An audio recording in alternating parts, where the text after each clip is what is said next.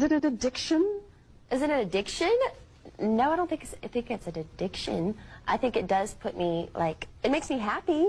But no, it's not an addiction. So, for once in my life, let me get what I want. Lord knows. You're gonna live with me now. Huh?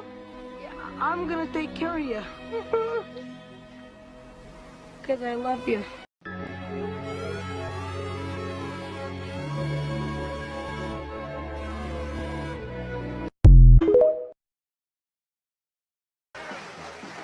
Welcome to the fucking show.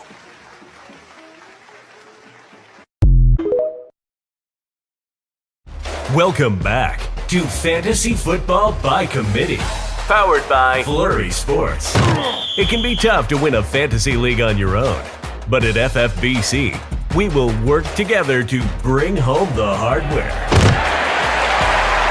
Hosted by Zach Bruner and the rest of the Flurry Sports crew, we will give top-level analysis, answer your questions, and, well, go off on other tangents.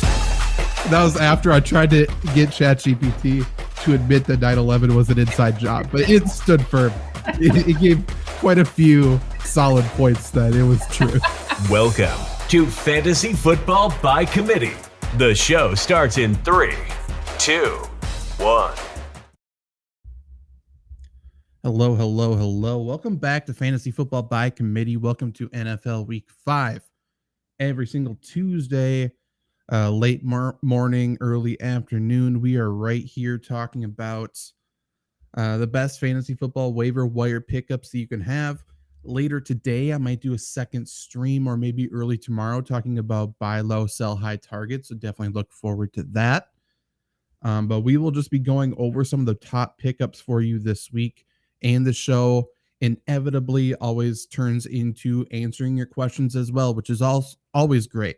So if you're watching this live, jump into the chat like dash over on Twitch. Thanks for joining us again. Glad to see you're back. But definitely just jump in the chat, ask any questions, and I will answer your questions along the way. If you're watching this after the fact, you can drop questions in the comments, or you can go over to the Fantasy Football by Committee Facebook group where you can ask questions to myself, other people you've seen on this show, and other people in the fantasy community. If you're watching this on YouTube, there's a link in the description. Otherwise, go to Facebook and just type in Fantasy Football by Committee. It'll pop right up. We are growing the community over there. But let's just jump into this. Let's start talking about some football. Bye weeks are upon us. And this is where things start to get a little bit fun, in my personal opinion. So bye weeks show up. People are panicking a little bit because a month, has passed. So if your team sucks and you have people on bye, you're going to be a little bit more, prone to trading, more willing to trade, more willing to make a big move. So obviously in my leagues, I'm sure in your league, since you watch our show here, you're not in the position to panic, right? If you are, let me help you out. But otherwise, let's prey on these people who are panicking. Let's trade for some of their really good players who have been playing well. Maybe we think they will play well in the future. Yada, yada, yada. Regardless, we have 4 teams on bye this week that we do need to take account of. We got the Cleveland Browns on bye, Los Angeles Chargers, Seattle Seahawks, and Tampa Bay Buccaneers. So a lot of fantasy goodness, I would say, especially wide receiver wise in those 4 teams. A couple quarterbacks who probably have been playing. Not very many running backs that you haven't already been, needing to adjust for. Nick Chubb out for the year, so you're not relying on him. Austin Eckler's been out for several weeks, so you've already have a backup plan for him. But then you got the Seattle and Tampa guys there. Also important to note, we do have another London game this week, which kind of is stupid. Jacksonville stayed over there, so they have back-to-back London games. Kind of crazy. They have Buffalo. So on top of, managing your bye week players, just remember that you do need to set your lineup early. That is another 8:30 Central tip-off. I don't think they're doing any Toy Story bullshit, but we shall see.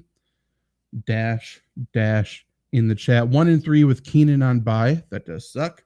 With Jerry Jeudy as my wide receiver. As your wide receiver too. Sorry. I think there's better days ahead for Jerry Jeudy. I don't think you need to necessarily panic, but yeah, I wouldn't blame you for looking for a better wide receiver too for this week. We can jump into some of the best waiver wire pickups. Just trying to process in my mind who the wide receivers would be who you may start over Jerry Jeudy. There aren't very many. It depends on your league, I suppose, but I feel like this isn't an amazing wide receiver waiver week, but we'll go over it. I want to start with since a lot of the diehard fantasy people, I assume, are the diehard people watching this. The diehard fantasy people have made the adjustment to play over on Sleeper Fantasy. I would say the best platform for season-long and especially dynasty leagues. But they do a nice thing, the trending players. It's the past 24 hours, the players who have been picked up, the players who have been dropped. So the past 24 hours, recording this obviously on Tuesday, 10:15 Central. The number one trending player is a player I've already written an article for on flurrysports.org, so definitely go check that out. We got Jaleel McLaughlin, rookie running back for the Broncos. He's someone who has been mentioned on the show a couple times, so for the people who saying he came out of nowhere, he's been at least on our radar. However, hopefully you're not like me, because I ended up dropping him before this week because I needed a tight end, and I picked up and played Jonnu Smith. Fantastic call to play Jonnu Smith. Terrible call to drop him. So I'm going to be trying to get him back. He's the number one most trending player, picked up in nearly 900,000 leagues over the past 24 hours. We'll get into that a little bit more. The Javonte Williams injury may not be super serious, but Sean Payton loves this guy, and Sean Payton plays favorites. Number two is a player, obviously, I talked into exhaustion in the training camp and preseason. Michael Wilson, rookie wide receiver for the Cardinals, picked up in nearly 600K leagues. He is a very good player. He is what somewhat different play styles, but he is what people think Marvin Mims is. He is going to be fantasy relevant the rest of the year. Very little competition. I think Michael Wilson's a very good football player as long as he stays healthy, which was his issue coming into the draft. He should be good. Number three most picked up player is a streaming defense. It's the Detroit Lions. Lions play the Panthers this week, so that's a good choice. Number four, CJ Stroud, playing the Falcons, obviously Texans quarterback, rookie quarterback. CJ Stroud's looked great. Rostered in 55% of sleeper leagues, it's saying now. So if you're in need of a quarterback this week for a bye week fill-in and CJ Stroud's available, by all means, go and get him. Jonnu Smith, number five. He is playing the Texans this week. Jonnu Smith has been utilized pretty heavily the past 3 weeks, and I think that's going to continue. Since he's such a good blocker, he's going to be on the field for the Falcons. Number six, Jake Ferguson. Shout out Wisconsin product. Dallas Cowboys tight ends, number six, the sixth most picked up player. He has gotten a pretty well, he's got a pretty good hold on that starting tight end job for Dallas. Number seven, Josh Dobbs, quarterback for the Cardinals. Number eight, Washington Commanders defense, playing on Thursday Night Football against the Chicago Bears. That does look like a good choice there. Number nine most picked up player, I'm kind of surprised. It's Khalil Herbert, running back for the Bears, owned in only 66% of leagues. That kind of shocked me. He must have been pretty dropped the past several weeks. Rightfully so, I suppose, but go check and see if he's out there. And then number 10 is Jameson Williams. His suspension reduced because of they revised the gambling policy or whatever. They've actually made it more strict, but due to a clarity issue and all of that, his suspension was reduced 2 games. So Jameson Williams is due back this week. By all accounts, I believe he is healthy enough to come back. Obviously, he got hurt in the preseason, but he should be ready to come back. A lot of hype surrounding a player who has one career catch in 6 games. 6 games, 9 targets, 1 catch, 1 touchdown. 6 games. Obviously, great college player, and he is getting extremely hyped up. Spoiler alert, he may be a sell high candidate for me before he gets his second catch in the NFL. But we shall see. Really quickly, other players who are trending upwards on Sleeper. We got Romeo Doubs, Dolphins defense, Cole Kmet, Zach Ertz, Brandon Maher, Baltimore Ravens defense, Ronnie Rivers for the Rams running back, Mitch Trubisky obviously filling in for Kenny Pickett. Nico Collins apparently wasn't owned in that many leagues. It's kind of crazy. Go check and see if he's out there. Wan'Dale Robinson, 27th most picked up player. That should be more. I'm a big Wan'Dale Robinson fan. I understand there's a lot of mouths to feed in that mediocre Giants offense, but I think Wan'Dale Robinson's the most talented receiver and overall offensive weapon they have on that roster, not named Saquon Barkley. So go check him out. Most dropped players. We have the Chiefs defense number 1, Browns defense number 2, Browns on bye, Cincinnati defense number 3, Steelers defense number 4, Josh Kelly number 5, obviously on bye, and Eckler is expected to come back after the bye. Pat Freiermuth, who's expected to miss some time, and he's been playing shitty. Daniel Jones after last night, Donald Parham, Kareem Hunt on bye, hasn't done anything yet. So a lot of players to drop. Roshan Johnson, the 14th most dropped player. I think that is somebody you can pick up and stash. We are in a results-oriented business with very, very little patience. Everyone's saying, oh, Roshan Johnson's the guy. He looked so good week 1. That means he has to get the most snaps, the most touches, the most everything going forward, and that just didn't happen. And I do think he's the most talented running back. It doesn't mean he needs to get the touches and everything right away. He already leapfrogged Deontay Foreman, which I think is a big deal, and I think he's a great stash. He could be a buy low guy that we talk about later this week as well. Dash, should I pick up Mims or Jameson? I would pick up Jameson, even though I just did kind of just shit talk him a little bit. Jameson Williams, obviously incredible college player. And I think this Lions offense, obviously this isn't a bold take, is much better than the Broncos offense. I don't think there is a massive threat at wide receiver 2 for Detroit. I think, Josh Reynolds has been playing pretty good. I'm a Khalif Raymond fan. I think he's pretty good. Marvin Jones has been terrible. So he has a chance to emerge and solidify himself as being I would call him a 4 to 6 target guy per game, which may be all you need. I just think the hype on him has gone too far. Everyone thinks he's going to come in and be incredible. So that's why he's a sell high guy for me before he has a chance to let anybody down. But I do think he's better than Mims. I don't understand the Marvin Mims hype. People were going crazy last week. I made a video saying to leave Marvin Mims on the waiver wire. I got shit for it, and look what happened. So yeah, I would definitely be going Williams over Mims, and we shall see. Well, we shall see what happens. Ralph on YouTube, welcome back as well. Are we dropping Pat Freiermuth and maybe getting someone else? I also have Kittle. Yeah, you can drop him. Since he does have some name value, put a couple feelers out there to see if anybody else in your league actually wants him.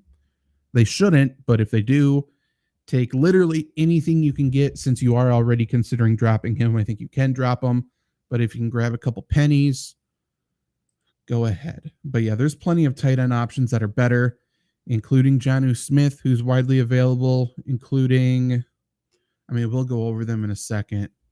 You can get Zach Ertz, you can get Jonnu Smith. I would rather have Kylan Granson, I think. See what Jelani Woods' reports are this week. I think Jelani Woods is due off IR possibly as well.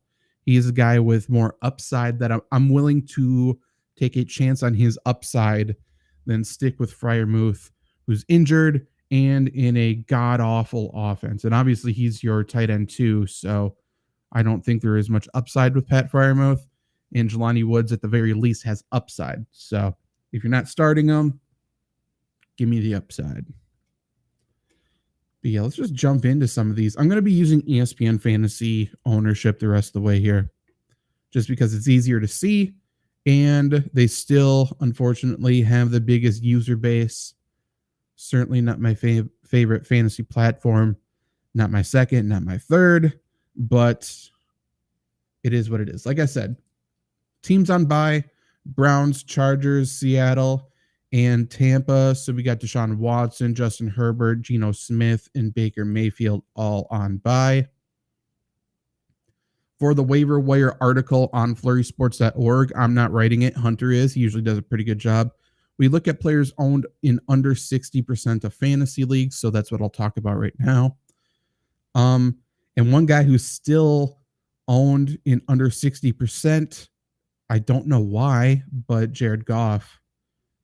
I think you can pick up Jared Goff and play him. He plays the Panthers this week. Panthers corners can't get picked on. The only downside to Jared Goff is that the Lions love to run it in the red zone. So maybe less of a touchdown upside, but especially if you're a Jameson Williams believer, and Jameson Williams very clearly is a deep threat, a big play guy. So, which is something the Lions really kind of are missing right now. So that could be a big boost to the Jared Goff fantasy value anyways. But regardless, bye week fill in Jared Goff is a great pick for you. I don't know if I want Stafford. CJ Stroud against Atlanta is great. He's only owned in 32% of leagues. I think he's a fantastic pickup. He has been very good. He is running that Shanahan-esque passing offense where really just make the read and throw it to the open guy. I think the Texans wide receiver core, I've been saying it for a while, is underrated. I think Nico Collins is finally getting the recognition he deserves after a monster week. But I think the rest of those guys there too are good. So I think he has a really good receiving core. I think the offensive line ahead of him is pretty good once it gets healthier. First few weeks, he's been beat around. That's because he's been missing guys up front. But once they get healthier, Texans are kind of dangerous. And I think it starts with that offense, which has been relatively efficient. He hasn't thrown an interception yet. He's lost 2 fumbles first 2 weeks, but hasn't thrown an interception. He is, making a big case for rookie of the year. That's for sure. And you can play him on your fantasy team. If you're just looking for a stash, we can talk about Kyler Murray. Kyler Murray is a great stash. He's owned in 15%, 1.5. If your league has an IR spot, he is probably IR eligible for you. So it's not a bad pickup and stash at the current moment, especially if your team is sitting pretty good right now. Jimmy Garoppolo, I think he does play this week. It'd be on Monday. And, hopefully we get more news throughout the week, right? Hopefully you don't have to make that decision Sunday, not knowing Jimmy Garoppolo's status. But I do think there's a pretty strong chance he plays. I feel like he was making pretty good progress last week in concussion protocol. So I think he plays on Monday night.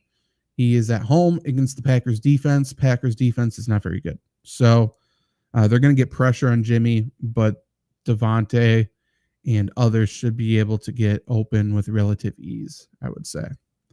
So he's another good pickup.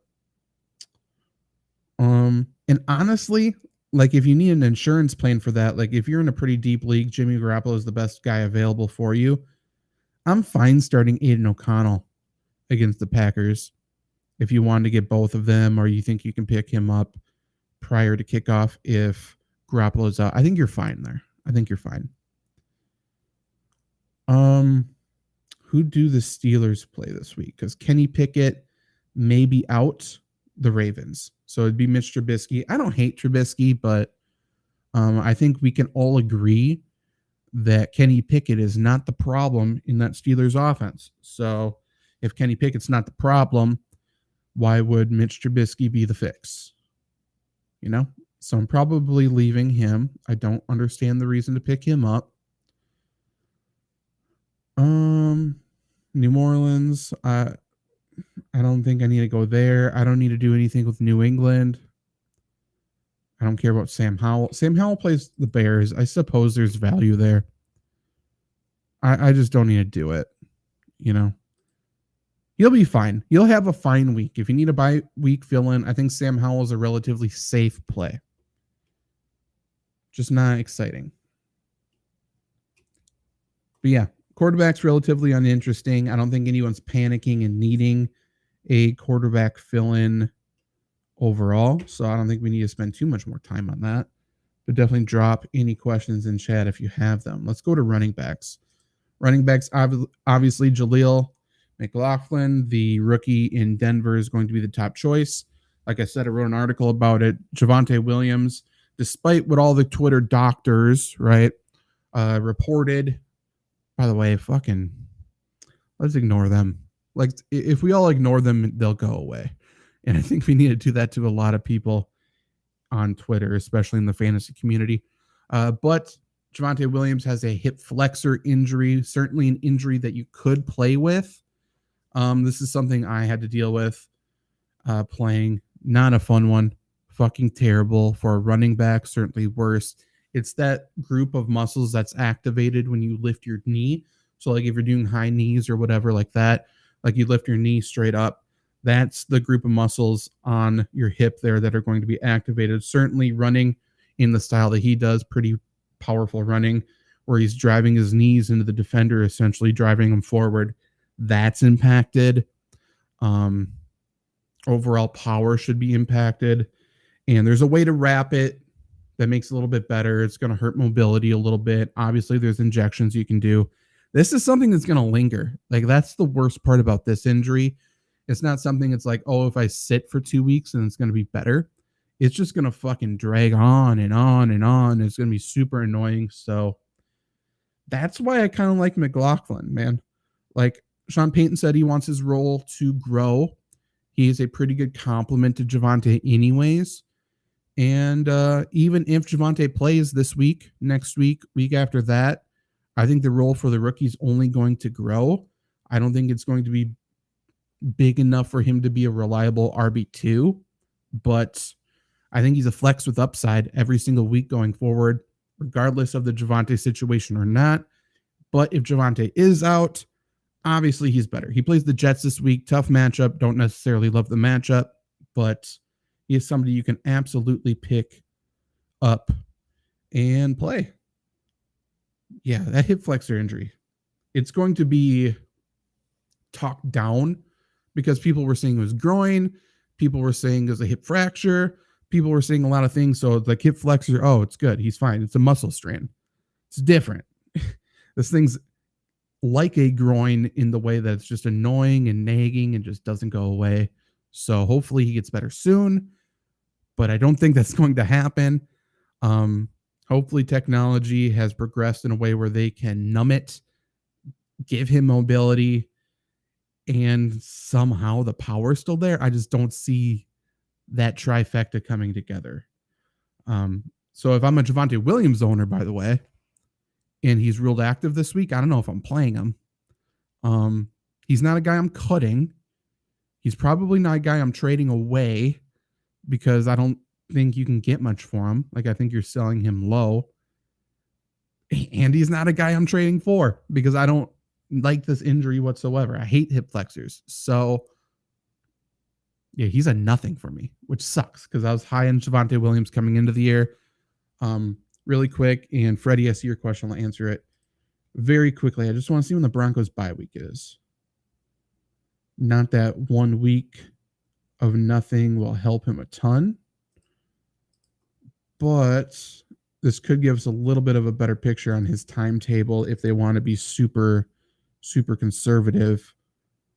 Bye week 9. So it's not like he's going to sit out 4 weeks with this. That makes no sense. I think, I mean, we'll see. I was going to say, I think the Broncos feel like they can beat the Jets. I think Sean Payton is arrogant enough to think he can beat the Jets with his hand tied behind his back. But after last week against Chicago, who the hell knows? I could see him sitting 1 week, coming back on a short week, playing Kansas City. That's my guess. Will I play him against Kansas City? come back and find out. My guess is I'm going to be pretty hesitant with him. Freddie, how's it going? I'm doing good. How are you? Would you trade A-Chain for St. Brown in a heartbeat? In an absolute heartbeat. Like I said, if you were here earlier, I might do another stream today doing buy low, sell high candidates. I want to do one for sure. So either later today or tomorrow early, around the same time as now, I might do it. A-Chain, and yes, I'm going to continue saying his name that way. A-Chain's for sure a sell high. I mean, there's no doubt about it. Like, he is the picture perfect sell high. We just talked about all the zero RB people were talking so much shit this week because Raheem Mostert was an obvious RB1, the biggest start of the week. And then all of a sudden he doesn't get the carries. He wasn't that great. And A-Chain was the guy. So now you factor in Jeff Wilson coming back. And this backfield is just going to be too unpredictable. It's not going to be good. And on top of that, I mean, St. Brown is a lock-in wide receiver 1. Like, there's no question. So if you can get St. Brown, you have to do it. You have to do it. But regardless, A-Chan, whatever you want to say, he's a sell high.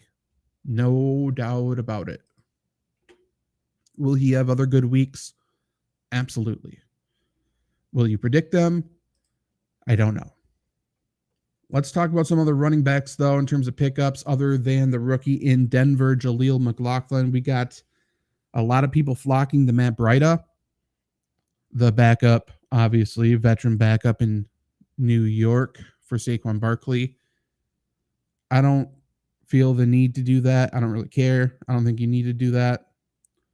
Jalen Warren in Pittsburgh. Again, like, I understand that he has a week-to-week role. I understand that it might be a growing role. I understand that he's going to get touches. I understand all of that. It's still a terrible offense, like one of the worst in the league. And if the offense gets better, don't you think it's going to be because one of the best players on the offense is playing better? And that's not Jalen Warren. That's Najee Harris. Najee Harris is a better football player. Pretty simple. Pretty simple. If the Steelers are better and they're able to play with a lead, Najee Harris is going to be involved heavily. He's going to be running the ball. So I like Jalen Warren. If you're desperate, I suppose he can be a flex play for you, but don't care. I don't care enough. You don't need to do that. Justice Hill, people are saying, is a big pickup. You know who I'd rather go instead of Justice Hill? Who, past seasons I liked him. I think he's done. I just don't think he's going to be that great going forward. Obviously, I like Gus Edwards the most out of that backfield. Again, another take I got shit for. He's very efficient. He's just a good player. I would rather pick up Keaton Mitchell, rookie for Baltimore, who started the year injured, started the year on the PUP list, I believe, but he should be able to come back this week now. I would rather pick him up and stash him and see if he can emerge. I'd rather pick him up than Justice Hill. And I can only assume, I'll look. I mean, Keaton Mitchell's got to be 0% owned. He's got to be unowned almost fully. He is this ownership here? 2% owned in ESPN fantasy leagues. Rookie running back, super talented. He could be the Lightning to Gus Edwards' Thunder in 2 or 3 weeks. I think that would be a very, very easy thing to project. Justice Hill, I think, is a good player. 29% owned. Again, we're talking about upside. Are you picking up Justice Hill to play him this week? If so, then pick him up. If you're picking up Justice Hill to stash and see if he becomes something, I'd rather switch out Mitchell for Justice Hill. Take the sure thing if you need a bye week fill in. If you're looking for a stash, take the upside. At this point in the season, Freddie wants to know what's my outlook on Jonathan Taylor and Breece Hall. I think Breece Hall's getting healthier, which is good to see. Healthier, he gets more touches he's going to get. Obviously, a great player. His ceiling is capped at an RB2 this year. Because of the offense, because of the offensive line, because of Dalvin Cook. So I think more often than not this year, rest of season, I think more often than not, he's a flex with upside. As bad as that feels to say, I think he's a high-end flex, but I think he's a flex with upside. If he's your RB2, I wouldn't panic, but I'm not feeling great about that. Jonathan Taylor, and all we can do is speculate, because truly, if Jim Irsay says one thing wrong to Jonathan Taylor, does this whole fiasco bullshit just start up again? Because Jonathan Taylor's been unpredictable to the point, obviously, I'm a Wisconsin sports fan, been around the Wisconsin team when he was there doing stuff. Like, I love Jonathan Taylor, incredible human being, incredibly smart human being, and he's been uncharacteristic of himself this entire preseason training camp. And it's because of that new agent, that bullshit MMA agent that he signed. He's terrible. Absolutely terrible. Jonathan Taylor is being a dick to like just the workers in the Colts building, talking about like chefs, talking about trainers, talking about people like that. So that's scary to me. Like, it's just super uncharacteristic of who Jonathan Taylor is as a person. I don't like it. And that's why I'm still hesitant on him. If he comes back and plays like Jonathan Taylor, he is a low-end RB1, high-end RB2. Again, Colts offense overall isn't amazing. Running back scarcity makes him a hot commodity. That offensive line for the Colts isn't incredible. Could we see them spell Taylor a little bit with Zach Moss? I think Zach Moss continues to have a role. He's earned that for sure. But yeah, I think Jonathan Taylor, low-end RB1, high-end RB2 more often than not. But he is a guy, again, I don't know if I can trade for him just because I'm so hesitant. It would be rolling the dice. It's a risk that could absolutely pay off. That could be a league-winning move to trade for Jonathan Taylor. But, boy, that situation's weird. I do think he plays out the rest of the year with the Colts, though. Like, meaning I don't think he plays for another team. If Jonathan Taylor twists an ankle and he wants to sit out the rest of the year, I think that would be something. I think he wants to manage his body. I think his goal truly is to get to the offseason healthy. And rightfully so. I mean, whatever. But I think that's his goal. You're not getting points for that. So that's why he's not an obvious RB1. I'm not saying he's going to be the record-breaking, dominating Jonathan Taylor that he was a couple years ago. But I don't think he's going to be as bad as he was last year either. Somewhere in the middle. Dash has Dak Prescott, and the passing is very safe because of their defense. And I'm 1-3, but it's a 10-team league. Who would you rather take next week as your quarterback? Dak, Goff, or Stroud? I'll start by saying tomorrow, Wednesday, is our ranking show. So I do my fantasy rankings and post them on FlurrySports.org. I also will be joined by Luke tomorrow night here, wherever you're watching this. We'll be live Tuesday evening going over the rankings, comparing them with the consensus. I say that to say I haven't done my rankings yet. Your answer will be more clear then. You can also join the Fantasy Football by Committee Facebook group. They will be dropped in there as well. So my guess, though, let me bring up the entire schedule. I've been pretty down on Dak, so that's where I'm initially a little bit questioning. I just want to see who they all play. Where the hell are the Cowboys? Okay, so Dak plays the 49ers. That's tough. Goff and Stroud. Stroud plays the Falcons. Goff plays the Panthers. I'd rather go Goff out of the three, I would say. That's what I would do. Honestly, I think Dak might be third for me, given the matchup this week.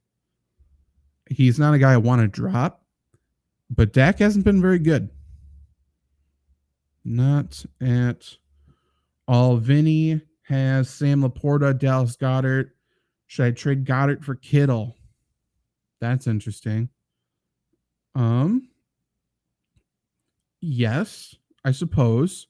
If you can do straight up, yes, I would rather have Kittle. I'm not sure if it's a trade that makes your team better. You know what I mean? I mean, obviously, the past several weeks, I've been talking about how Sam Laporta very soon will be a sell high candidate. And it's getting very close to that point in the season where he is the best sell high candidate. So you could pick up Kittle and then be willing to shop Sam Laporta around. I don't hate that. That's probably what I would do. But if you are weak at another position, I would much rather trade Goddard or Sam Laporta and upgrade that other position. But yeah, if your rest of your team's solid, then sure, I'd rather have Kittle than Goddard rest of season. Okay.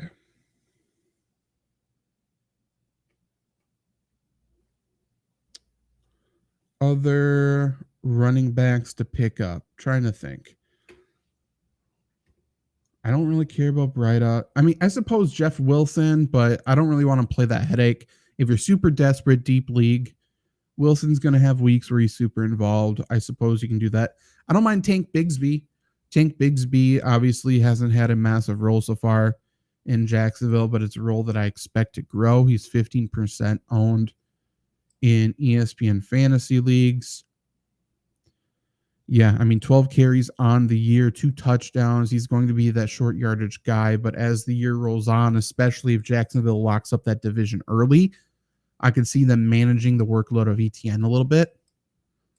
So I think he's a stash guy, but I think he's one of the better stashes among running backs. Latavius Murray is a desperation by week fill-in, I will call him. He has a week-to-week role with Buffalo. Going over to London this week, I could see Buffalo, playing it relatively safe. But yeah, you would have to be desperate. It would have to be like a 16 team, maybe a 14 team league. If you need a desperation bye-week fill-in, I think he can do the job for you, and you're praying he falls into the end zone for a touchdown. You're absolutely praying for it. Last running back I think I'll talk about, I don't think I'm missing anybody big. But the last running back I'll talk about, Elijah Mitchell, owned in about a little more than a third of ESPN fantasy leagues. Christian McCaffrey's been so good. So good. And last year he stayed healthy. So healthy. But if he continues to get 20, 25 touches per game, boy, he's going to break down. I don't care who you are. He's going to break down. Either Christian McCaffrey gets hurt and misses games and Elijah Mitchell's the RB1, or the 49ers are going to start to manage Christian McCaffrey a little bit and get Elijah Mitchell more involved. It's going to be one of the two. Either way, I think you can pick up Elijah Mitchell and he will turn into possibly a flex with upside. So I think he is a smart pickup. I would rather pick him up than chase Tank Bigsby. I'd rather pick him up than, I can look at the trending players again. I think I would rather pick him up than Khalil Herbert. It's very close. Khalil Herbert can help you more right now, obviously. I'd rather pick him up than Ronnie Rivers. I don't get that one. I'd rather pick him up than Latavius Murray and a lot of the wide receivers who are trending. So check him out for sure. Cowbell. Very poor running back play in a 14 team. Who would you trade? Hurts, Keenan Allen, Javonte Williams, Zay Flowers. Okay, would you trade? Sorry, Hurts, Keenan Allen, Javonte Williams, Zay Flowers for Christian Watson, Tony Pollard, Amari Cooper, and Jordan Addison. If you have poor running back play, then you'd be upgrading Javonte to Tony Pollard. You'd be downgrading your quarterback. You'd be downgrading your wide receivers. Man, that's tough. I don't think I would do that trade. I want to make a move to upgrade my running back, but I wouldn't do that trade. That's a little too much. I jumped over you.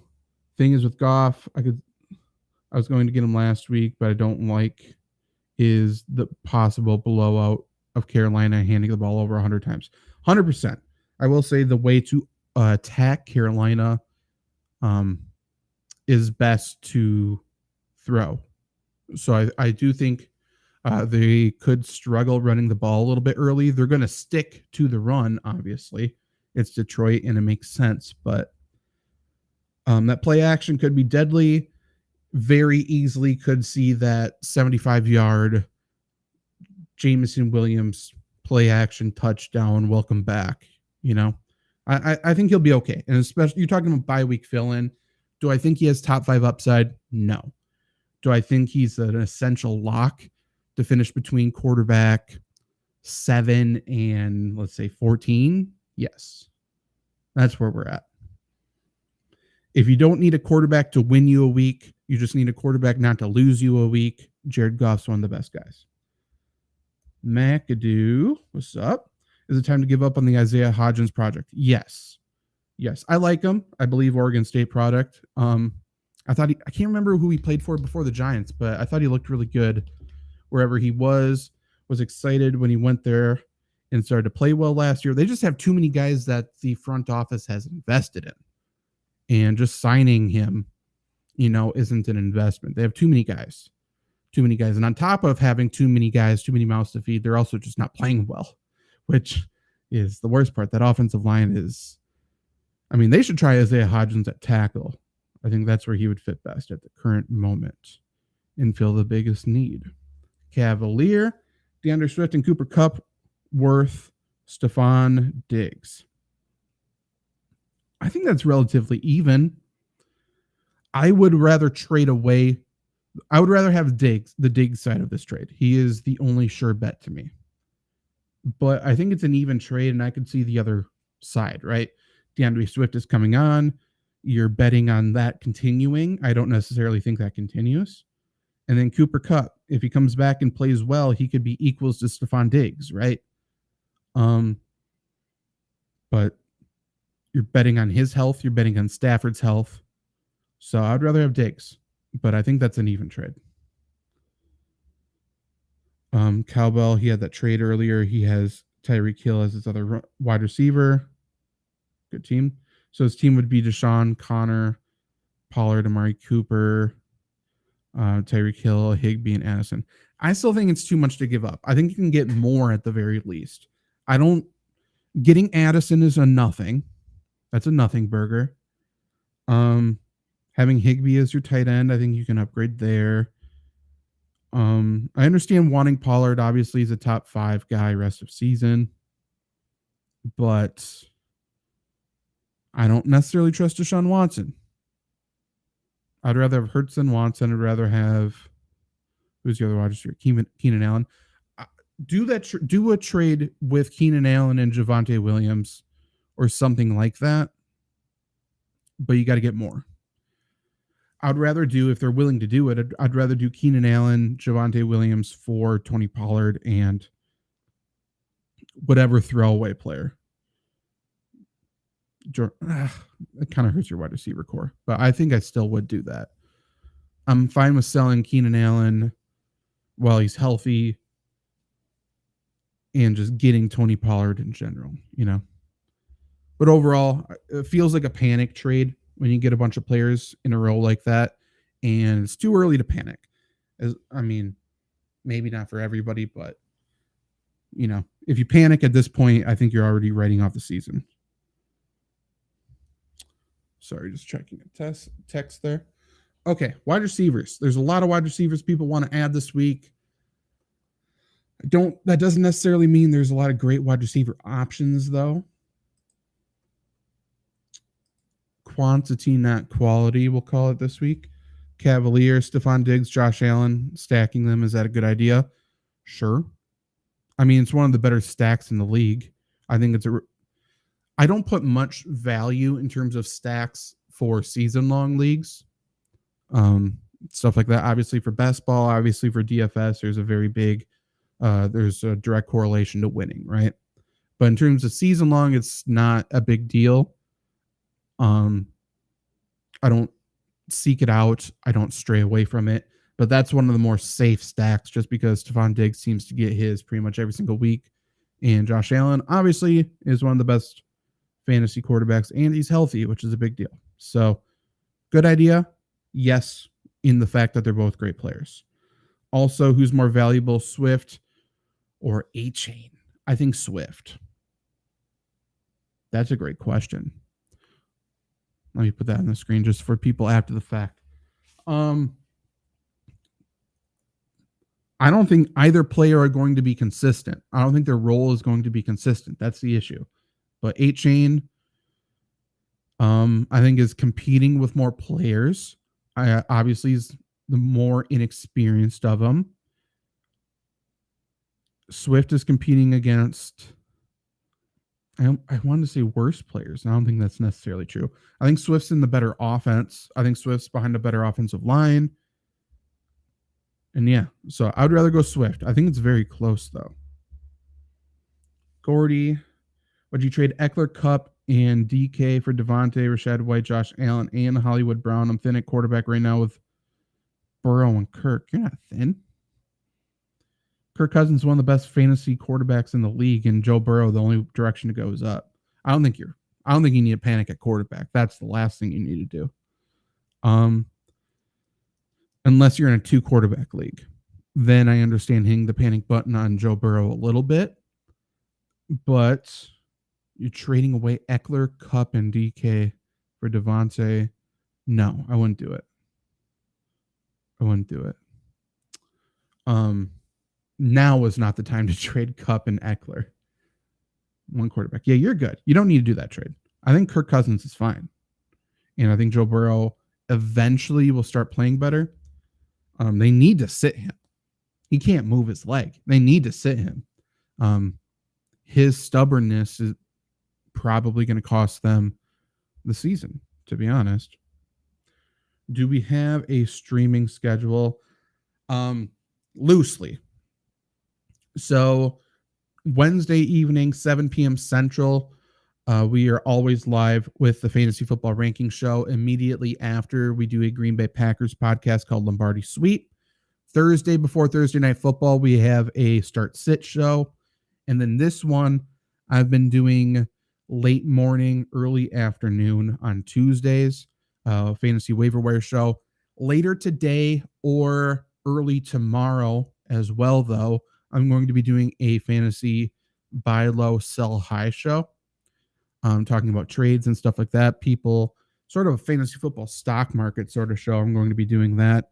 And then Sundays before lock, I occasionally go live then as well. They may start to get a little bit tougher with a new job. However, maybe other people will mix in as well. So Wednesday nights, always. Tuesday afternoons, early mornings, always. Thursday Night Football right before it. We always do that. And then everything else in between, trying to do it. Otherwise, Fantasy Football by Committee, what you're watching right now, you can listen to it as an audio podcast. You can join the Fantasy Football by Committee Facebook group. The streams and articles from Flurry Sports, all of that live there. You can also ask questions to myself, others from the podcast, and others in the fantasy football community. Ask questions there, answer questions there. Fantasy Football by Committee is the place to stay up to date with all of this stuff and to win your league. Great place. And Cavalier, how's my day going so far? So far, so good. I do appreciate that. TBD, early so far. Late start, and but so far, so good.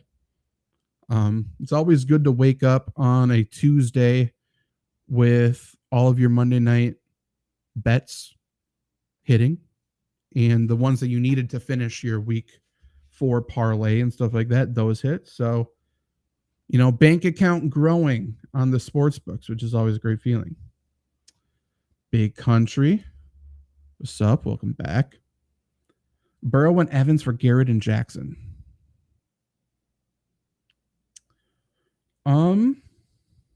That's really tough. I think I would want Garrett and Jackson. Like 1-to-1, I'd rather have Jackson than Burrow. I'm not sure if anyone would argue that, And then Evans versus Garrett. I think Zach Wilson's getting better. I think Garrett is great. I think Evans, injury things I think are going to start to pop up for him. So yeah, I think I'd rather have Garrett and Jackson. Really good trade questions actually today. They've been really close. I like it. We got some smart people here. Would you trade Kyron Williams, A-Chain, and Kelsey for Tyreek Hill and Hawkinson? Yeah. Yes, I'd rather have Tyreek Hill and Hawkinson. And it opens up a roster spot for you to be a little bit flexible. Obviously, your running back situation needs to be good. That's the caveat here. As long as your running back situation is good, dare I say great, then this is an obvious great situation. This is a great trade in a vacuum.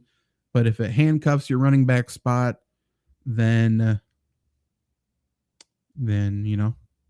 different conversation we're having. Gordy, my team right now. Oh, this is the one with Kirk and Burrow, 10-teamer, 1 quarterback, right? He's got Dameon Pierce, Khalil Herbert. Eckler's down. Eckler's going to come back right after the bye. He'll play, though. Then you got Puka, DK, Debo, and Flex. Tight end, Cole Kmet, Pat Fryermuth. Steelers defense, McPherson. Feels like my team is really shit. Other leagues 4-0. Hopefully Kupp and Eckler. Yeah, so, I mean, you're hoping... Oh, there's actually more down there. I just cut it off. Hopefully come back soon because I'm now 1-3. So Kupp should come back this week. Eckler's on bye. He should come back the week after that. I'm fine trading away Puka and Pat Fryermuth together to upgrade something. I don't mind that. However, having Puka and Kupp is great. If they're both healthy, they kind of eat into each other, and that kind of sucks. But if one of them goes down going forward, then you have to feel good about the other one, right? So I like that. However, I'm very willing to go Puka and Fryermuth for somebody. I'm willing to go Puka and Khalil Herbert to upgrade that running back spot. Even upgrading from Dameon Pierce, Puka and Dameon Pierce for a legit low-end RB1, high-end RB2. I'm fine with that as well. So your team's not shit. You got people to play with. You just need to get production from your quarterbacks, and you should. You should. McPherson's not an every week start, by the way. Feel free to cut your kicker. And what I do in almost all of my leagues, by the way, except for I have too much Brandon Aubrey this year just because, I hosted a USFL show, partied with Birmingham Stallions after that first championship win. Great time. So no Brandon Aubrey, former MLS kicker, great kicker. Knew he was going to be good. So he's a guy I'm not willing to cut. But almost always for my fantasy teams, I cut my kicker every single week and I stream them. But I drop them so I can pick up one of the better waiver wire pickups so nobody else can get them just to be a dick. I'll pick them up and maybe I'll just drop them on Sunday and then pick up my kicker. Or maybe I pick them up and I trade them. Like that gives you so much more valuable than just holding on to a kicker. So much more valuable. And since you have McPherson, who has been trash because that Bengals offense has been trash, you're in a position to do that. And I think that could help your team out legitimately. It's a strategy that not enough people do, to be honest. Big country, my friend wanted to give Hill and 49ers defense for Evans, DK, and the Packers defense. Should I do it? Yeah. Yeah. I mean, if you're getting Tyreek Hill, you have to take it. You have to take it. Have to take it.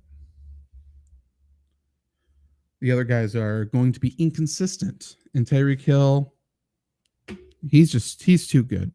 He's too good. You got to get him right now. Did I miss anybody? Did we even talk about fantasy pickups at wide receiver?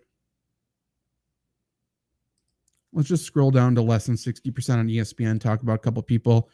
Weird that the Quentin Johnston and Josh Palmer thing came out exactly as we talked about last week, huh? It's almost as if we know something. We know a thing or two about a thing or two, despite the haters, eh? All we do is win fantasy leagues over here, though, so whatever. Romeo Doubs is one of the hotter pickups of the week. Romeo Doubs, Packer. I know people in the Packers building. Obviously, we have the Packers show. Insider to the insiders here. Spoiler alert, been quoted as anonymous source on ESPN multiple times by Rob Domofsky. Shout out Domofsky. Fucking moron. But Romeo Doubs is the wide receiver 1 for Green Bay. Romeo Doubs is vastly more skilled than Christian Watson, and it's not close. Christian Watson's more athletic. He has the God-given gifts that Romeo Doubs doesn't have. But if Christian Watson isn't healthy, which he hasn't been to start the year, and he'll get hurt again, if he is not 100%, he is not good. You know, like that's it. That's it. Romeo Doubs is the guy I'd rather own there. That's not to say Christian Watson isn't valuable going forward. I think he'll score more touchdowns. I think he'll make more plays. But Romeo Doubs is a good player. And he plays the Raiders this week. He is very clearly a fine, if not good, wide receiver 3 value for you, obviously, in bye weeks. The issue is Jordan Love just can't throw the football. Like, mentally, I think he's got it. I think he's a good quarterback mentally. Physically, he's one of the least talented quarterbacks in the NFL. And anyone who wants to disagree with that disagrees with logic. You know, if you think gravity is fake, then maybe you think Jordan Love's a good quarterback, but that's it. Same thing, right? Like, he just can't throw. Sorry about it. Gordy, his team that he's 4-0 with. He has Kirk Cousins, Jared Goff, Etienne, Montgomery, Tyreek Hill, DJ Moore, Kelsey Laporta, Kirk, Pickens. Yeah, you're stacked there. Stacked there. I mean, essentially, the beginning of this season, I feel like, oh, how's the team? 2 thumbs up. Like, you're doing good. Essentially, the beginning of this year is like, if you've dodged injuries, especially at running back, you got a good record. And if you didn't, then your record might be iffy, even though your team looks okay. So too many people are panicking than what they should be at the current moment. But yeah, your other team's going to get better too. There's easy ways to fix it. Snowball. Love the questions. Appreciate you all. Would you trade George Kittle for David Montgomery? I have Laporta on the bench. That's super interesting. That's super interesting. I think yes. I say this all the time, one way or another, talking about value, selling high, buying low. So I hate that you're buying high, right? David Montgomery's coming off of a monster performance. I hate that you're buying after that because his value's at an all-time high. But, so, I mean, if you're able to wait and you're able to get the win this week and just wait it out, I would rather trade for Montgomery next week, you know? But in a vacuum, I think I would do that because I think Montgomery's role is safe. He's very clearly the hammer in this offense. He's playing the Jamal Williams role. He's going to continue to get the goal line touches, and he's going to continue to get a lot of early down rushing work. He's extremely talented. He is a more talented runner than Jamal Williams. And people were wondering why Jamal Williams was getting all of the production last year, right? So I think he's safe. I would rather have Montgomery than Kittle, especially since you have Laporta. If you're able to wait, wait. If not, pull the trigger. Gordy, should I trade Laporta for maybe a better flex? Absolutely. Absolutely. I think Laporta is great. I think the second half of the year for him is going to be tough. But if you can upgrade your starting lineup right now by trading Sam Laporta, do it. Even, I mean, we said in training camp, he's going to be one of the best sell high candidates because he's going to start high. The tight end position is going to be a clusterfuck. And then his second half of the year is going to get hard. He's going to hit a rookie wall. Jameson Williams is going to come back, take some targets. All of these things. And all of these things, the stars are aligning. Everything's working out exactly as we predicted a couple months ago. So I can't go back on my word now. Like, yes, if you can trade Sam Laporta for a high, considering he's been a top 5 tight end, or close to that, if he's not technically ranked top 5, then go ahead. Go ahead. He's also got low touchdown upside, which sucks, but I believe it's true. Big Country 4-0 with this team. Lamar Jackson, Raheem Mostert, Isaiah Pacheco, Garrett Wilson, Tyreek Hill, Puka Nacua, Jake Moody, Niners defense, benches Love, Reed, Warren, AJ Brown, Kittle. What should I change or improve on? I mean, after last week, it could be tough. Last week was the time to do it. I would have loved if you could trade high or sell high on Raheem Mostert. If you think you still can, I would love to do that. If you think you still can sell high in Puka Nacua, I would do that as well. But again, you don't need to panic. You don't need to do anything. Obviously, you're 4-0, so you're not panicking. But you don't need to make a move just to make a move. But the players you potentially could sell high on are Raheem Mostert, Isaiah Pacheco after his big performance, and Puka Nacua, all of which could see a significant downgrade over the next month. So don't necessarily sell them. Get some feelers, shop them around, and if you can sell high on any of them to improve your team, that's what I'm looking to do. So Gordy, instead of Laporta, should I sell high on Kelsey for a few big names instead of Laporta and use Laporta as the tight end one? Whichever you believe you can get best value for. Obviously, Kelsey's Kelsey, right?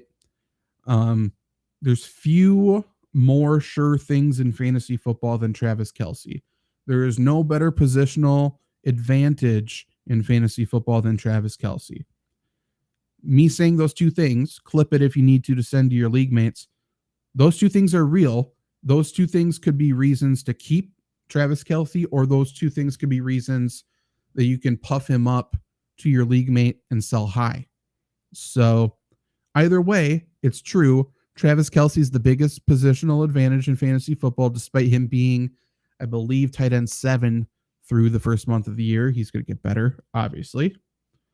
I'm fine with either situation. Whichever you believe is the best value, shop them both, get some feelers out there, come back to us tomorrow night. We will be live right here, and I'll help you out with some trades.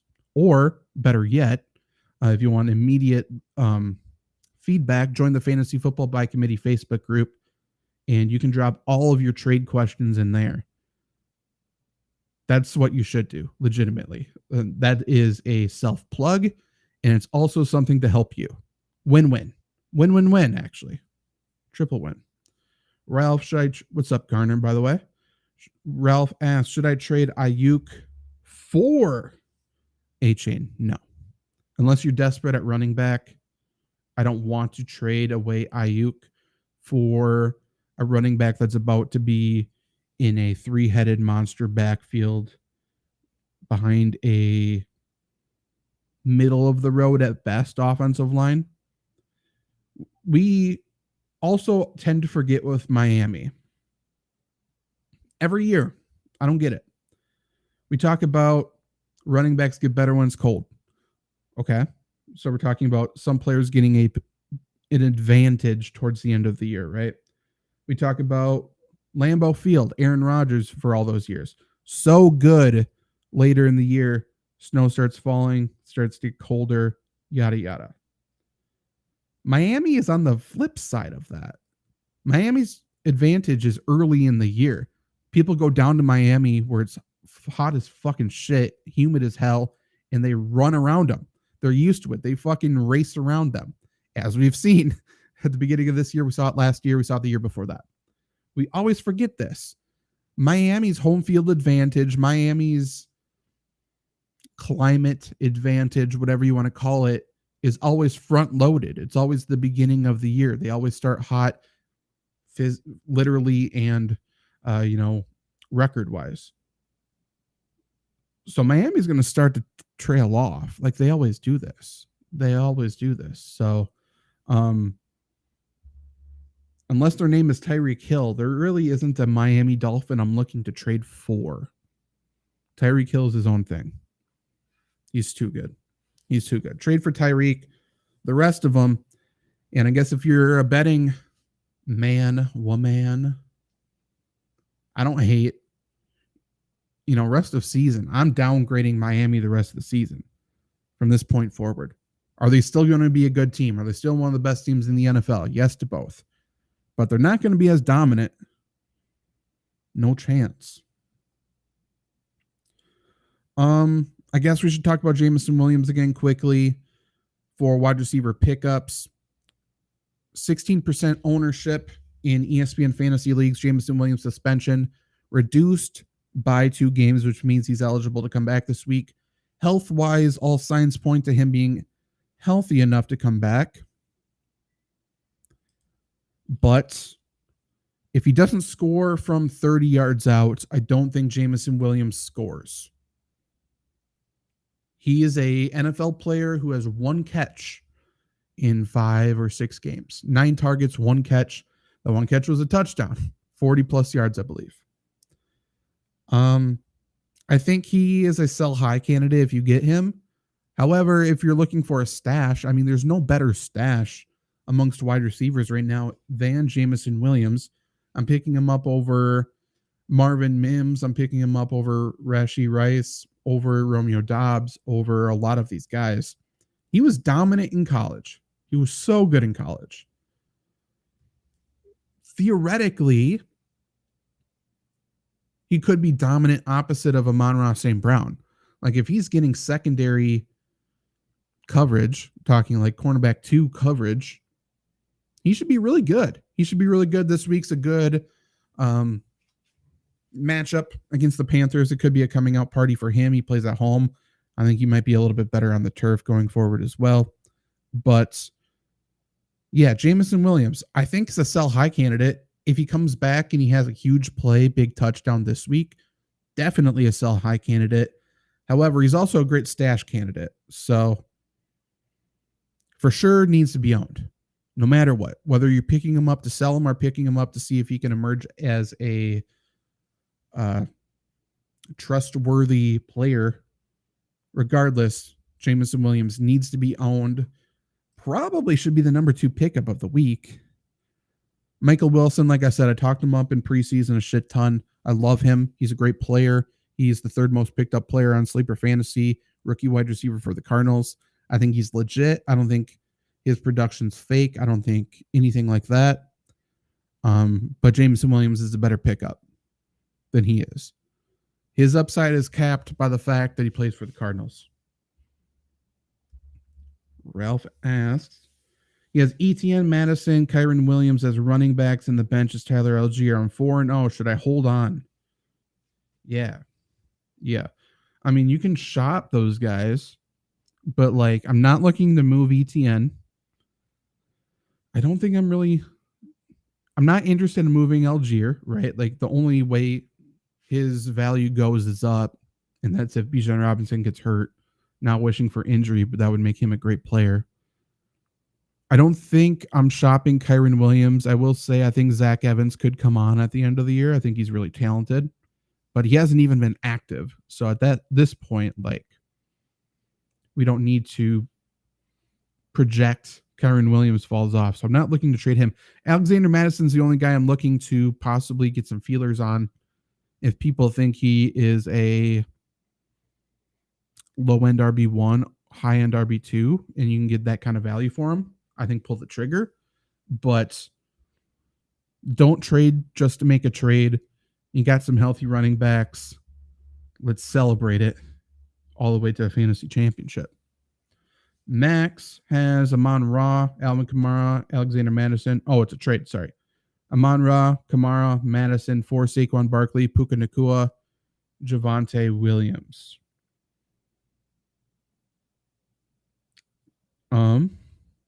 I would rather have the Amon-Ra side.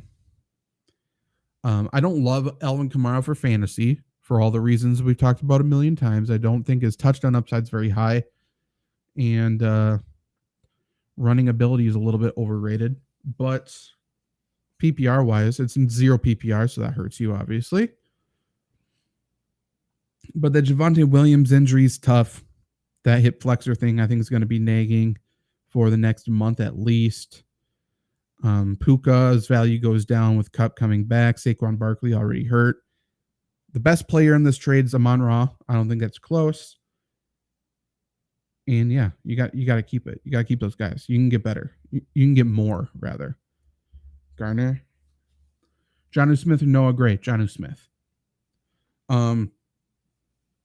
Obviously, people are hesitant on him because he's the tight end 2 technically in Atlanta.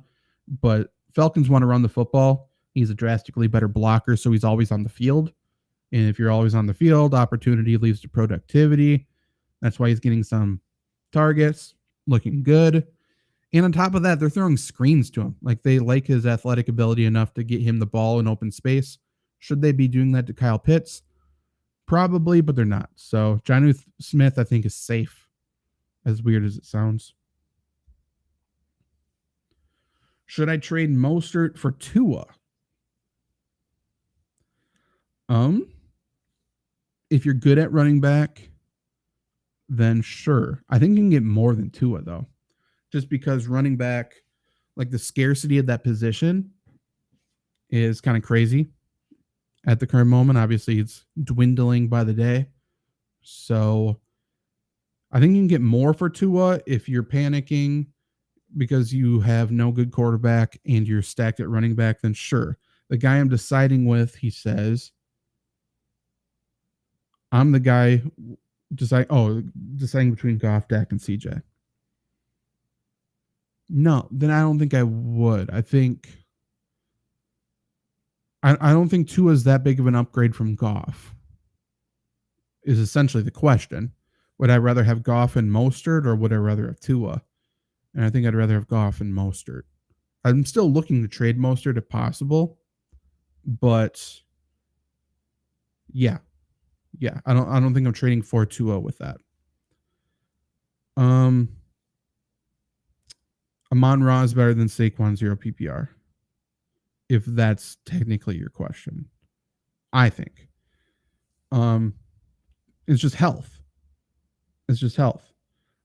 We've seen how terrible that Giants offensive line is. And if Saquon Barkley is going to come back and just get his shit rocked over and over and over, then I don't think he's going to be healthy for the long term. It's not a bad trade overall. It's just I'm not trading for Javonte Williams and Puka right now. Like, those two are almost irrelevant for me. Puka is going to see a downgrade for sure. Javonte Williams is seeing a downgrade for sure. So if you can, I don't hate trading away Amon-Ra, Kamara, and Madison, but you got to get more. Got to get a lot more. And no problem, Garner. Any other wide receivers to talk about? I feel like I've been so scatterbrained. Wan'Dale Robinson, I talked about him a little bit earlier. I think he's the most talented pass catcher on the Giants. They're willing to use him as a rusher a little bit as well. Obviously, he came back in week 3 against the Niners. Short week for the Giants. He played only 22% of the snaps, saw 5 targets, so pretty good usage compared to his snap count, obviously. Last night, Giants got their dick kicked in by the Seahawks, but he played 64% of the snaps. Again, incredibly talented. I really like him. Second-year guy. They drafted him, I believe, 2nd round, so they have like a lot invested in him. He saw 6 targets, saw 64% of the snaps. Going forward, they play the Dolphins, the Bills, Washington, the Jets, the Raiders. They have some good matchups there. I don't think he necessarily will see cornerback 1 coverage either. I don't think he will at all, actually. So, like, when I talk about the Jets and talk about the Dolphins, people like that, like, we're grading their secondary and tertiary coverage guys. And I think Wan'Dale Robinson can take advantage of them. He's also a guy who can be utilized quite a bit underneath. And given how shitty that Giants offensive line is playing, they should be wanting to get the ball out of Daniel Jones's hands very quickly. And Wan'Dale Robinson could be a very big beneficiary of that. So PPR league is probably where he would be best. But he could very quickly emerge as a wide receiver 3 for you. He's still a wide receiver 4 probably at the current moment. I'm not itching to get him Well, I am itching to get him in my lineup, but I'm not hoping to pick him up and start him immediately this week. He's more of a stash than an immediate fill-in, but I do like Wan'Dale Robinson quite a bit. I do. I also like Curtis Samuel. He's just quietly a good performer. He is what? He's like wide receiver 35 last year. Like he just performs. If he's healthy, he's going to continue to perform for the Commanders. I think he was the guy who fell on the touchdown, which helped his fantasy performance on Sunday. But still, I mean, target-wise, 5'3", 4'8", yardage-wise, 54, 19, 54, 51. Deep leagues, look for him. He should be pretty steady. Garner, are we going to see Levis get an opportunity this year? From everything I hear, it sounds like Willis is ahead of him in the pecking order. And it's not like Willis is a guy, Willis. It's not like he is an old guy that they haven't, or that they know what he is, right? Like he's a second-year quarterback who really didn't get much time last year. I feel like they moved on from him too quickly. He impressed in training camp. I think there's a strong chance we see him this year. I don't know if we'll see Levis. And I think that's fair, just because that Titans offensive line's another one who's just terrible. Like, that's why I think we see one of those young guys. Like, Tannehill, I think, is playing as good as he can while getting his shit rocked all the time. And eventually he's just going to get hurt. And one of these other guys are going to go in there. It makes more sense to pick the slightly older guy, to pick the guy who's more mobile, to pick the guy, again, theoretically, what this new general manager thinks isn't the future. Like, we can throw him out there. Do they have more invested in Levis than him being a second rounder? I mean, Levis was a second rounder. Willis, I believe, was a third rounder. It's pretty close. It's pretty close, but I think it makes more sense to not have Levis in there and let him develop instead of putting him in there behind a terrible offensive line and ruining him. Whereas Willis, it sounds shitty, but they kind of already started to ruin him last year. He's been playing better in training camp, though, and he's more mobile. So if there is something they could do behind a bad offensive line, it feels like the more mobile guy could be the answer. So I do think we see Willis before Levis, assuming it's this year. But if we're talking who would I have more confidence in being the Titans starting quarterback next year, then my answer is probably Levis if I'm picking between those two. It's a weird situation, but I don't think they want to play Levis this year whatsoever. Dash has Madison, Ramondre, and Brian Robinson at running back, and starting Pollard and Henry.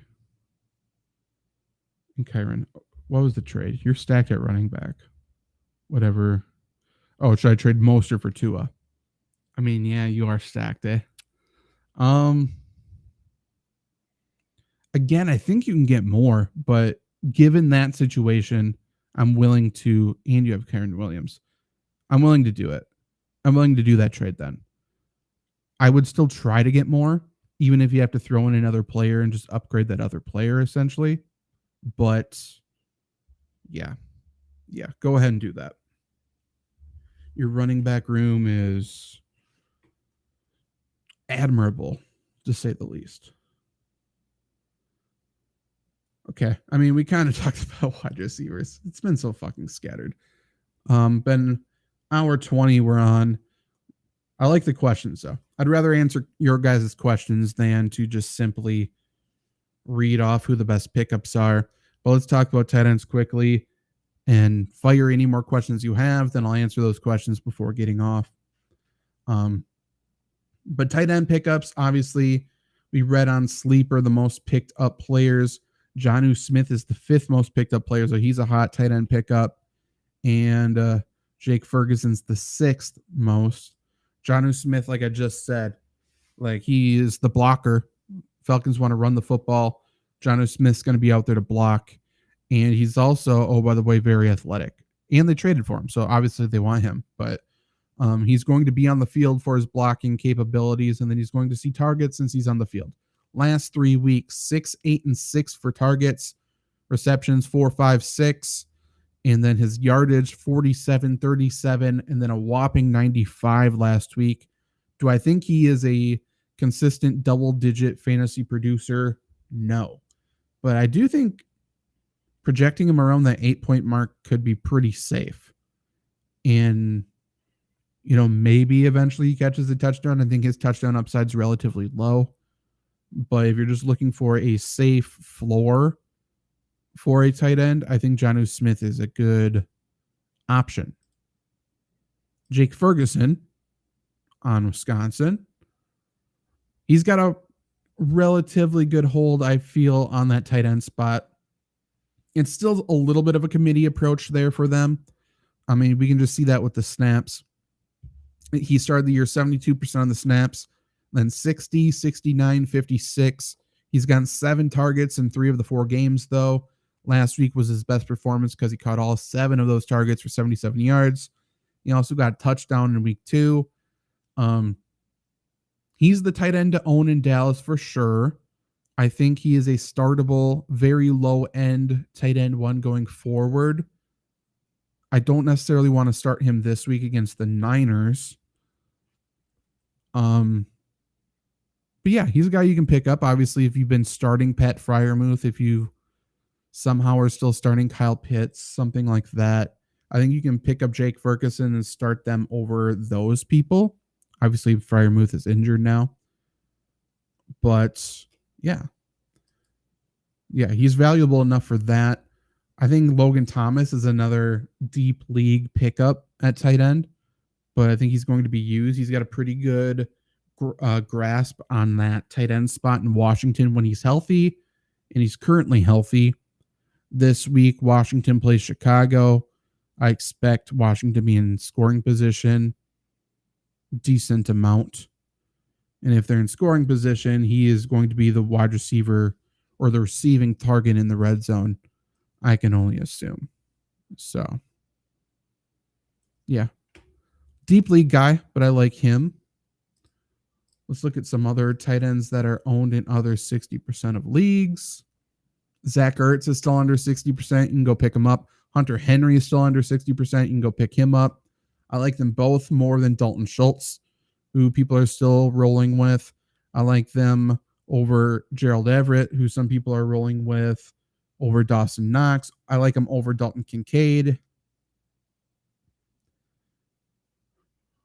Dallas Goedert's been tough. He just hasn't really been producing.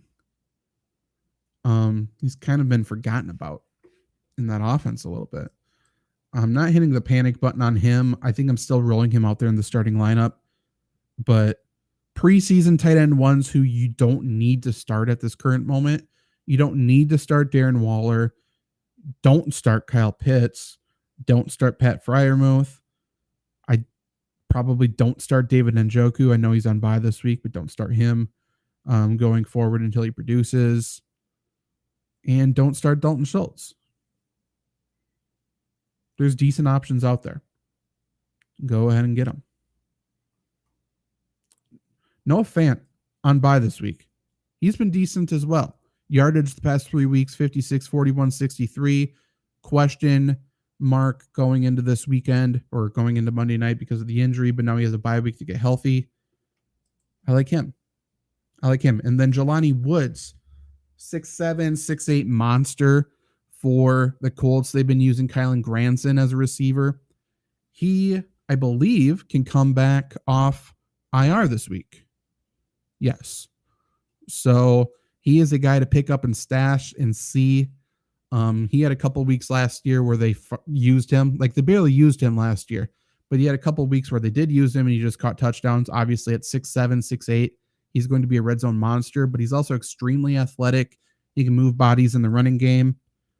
I think he could very quickly become a serious threat amongst fantasy tight ends. I don't know why Anthony Richardson wouldn't throw it to him, or Gardner Minshew if Minshew has to get put back in there because of a Richardson injury. So If you're asking for a stash at tight end this week, I think it's Jelani Woods. If you're looking for a bye week fill-in or just someone you want to start for sure this week, I think it's Jonnu Smith or Hunter Henry if he's somehow available, or Zach Ertz if he's somehow available. You know? Okay, let's answer questions, then get out of here.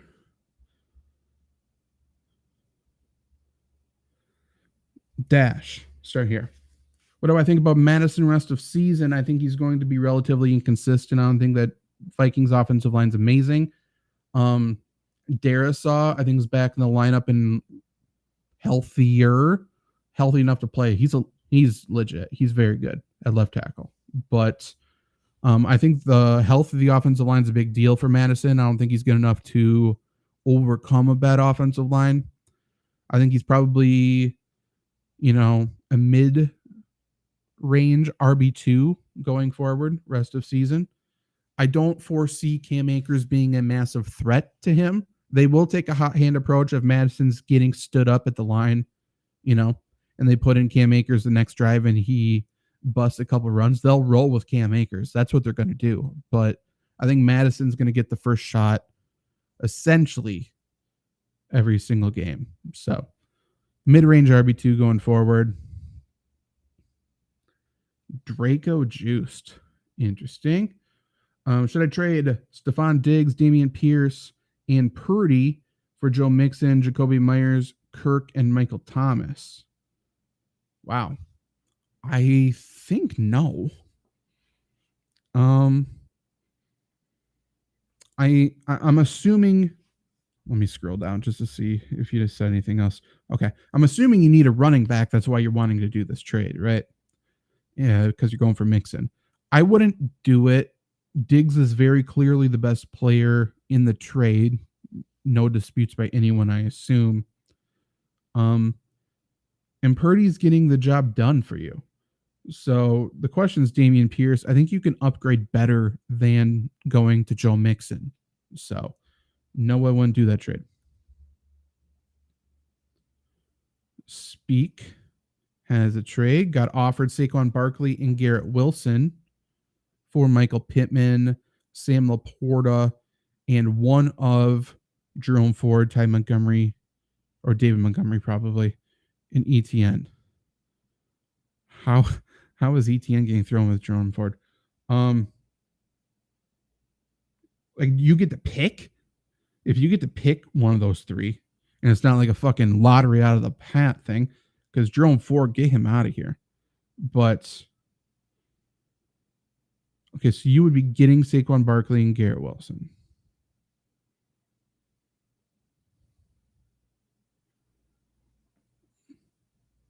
No, I'm not doing that trade. You can get more. You can get more for Laporta right now. Saquon Barkley is getting ready to come back. Who knows how good he's going to be? We've seen him a couple years ago behind a terrible offensive line. He just wasn't very good. So could be a replay of that. And Garrett Wilson's not a guy I need to trade for right now. You have Pittman, who's been pretty good.